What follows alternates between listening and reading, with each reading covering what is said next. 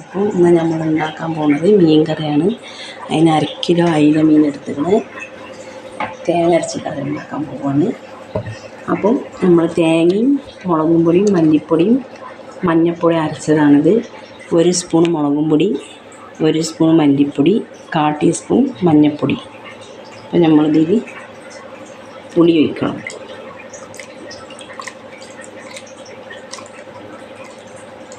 ഒരു ചെറുനാരങ്ങൻ്റെ അളവിൽ പുളി വെള്ളത്തിലിട്ടിട്ട് ഒഴിച്ചെടുക്കുക. ആവശ്യത്തിന്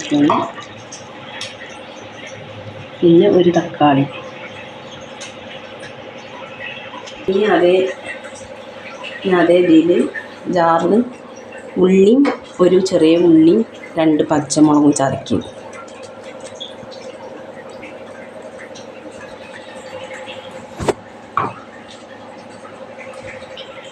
ആ ജാറിൽ കുറച്ച് വെള്ളം ഒഴിച്ച് കഴുകി വയ്ക്കുക.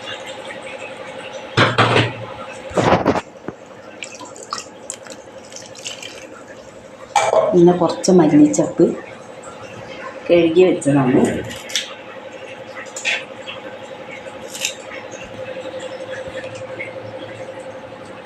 കറിവേപ്പിൻ്റെ ഇല, ആവശ്യത്തിനുള്ള കറിവേപ്പിൻ്റെ ഇല.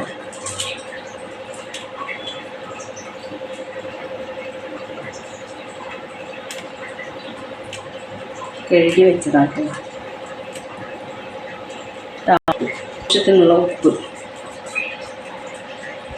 എല്ലാം നല്ല മിക്സാക്കുക. എല്ലാം ഉടച്ചു കൊടുക്കുക.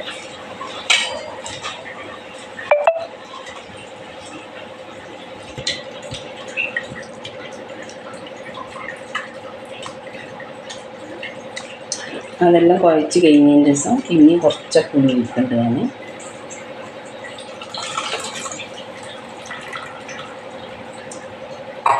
വെച്ചിട്ട് നല്ല മിക്സ് ചെയ്തെടുക്കാം. നല്ല നമ്മൾ കൈ കൊണ്ട് തന്നെ മിക്സ് ചെയ്യണം. അപ്പോഴാണ് നല്ല ടേസ്റ്റ് ഉണ്ടാവും മീൻ കറി.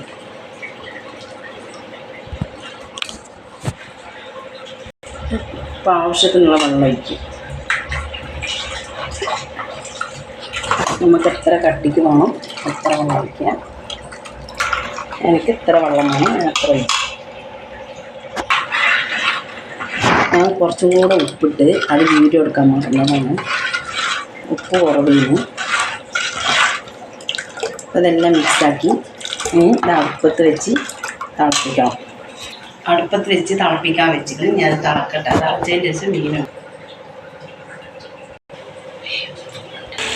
കറി നല്ല തിളക്കുന്നത് തിളച്ചതിന് ശേഷം നല്ല ഇളക്കിയിട്ട് ഇപ്പം മീനുണ്ടാവും. അടുപ്പിൽ മീൻ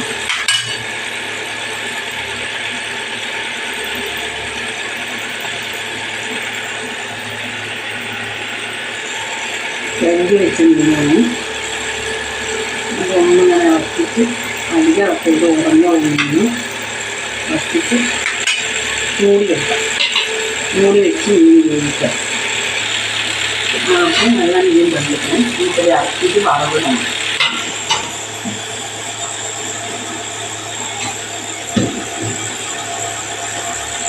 അതിനൊരു വറവിടാൻ പോവാണ്. വറവും പാത്രം വെച്ചിട്ട്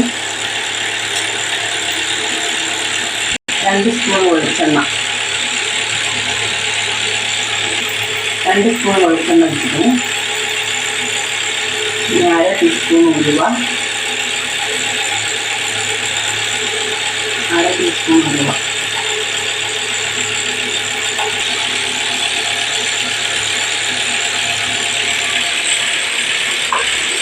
ഉലുവ പൊട്ടിത്തറച്ച് ഇപ്പം ഉള്ളി ഇടണം.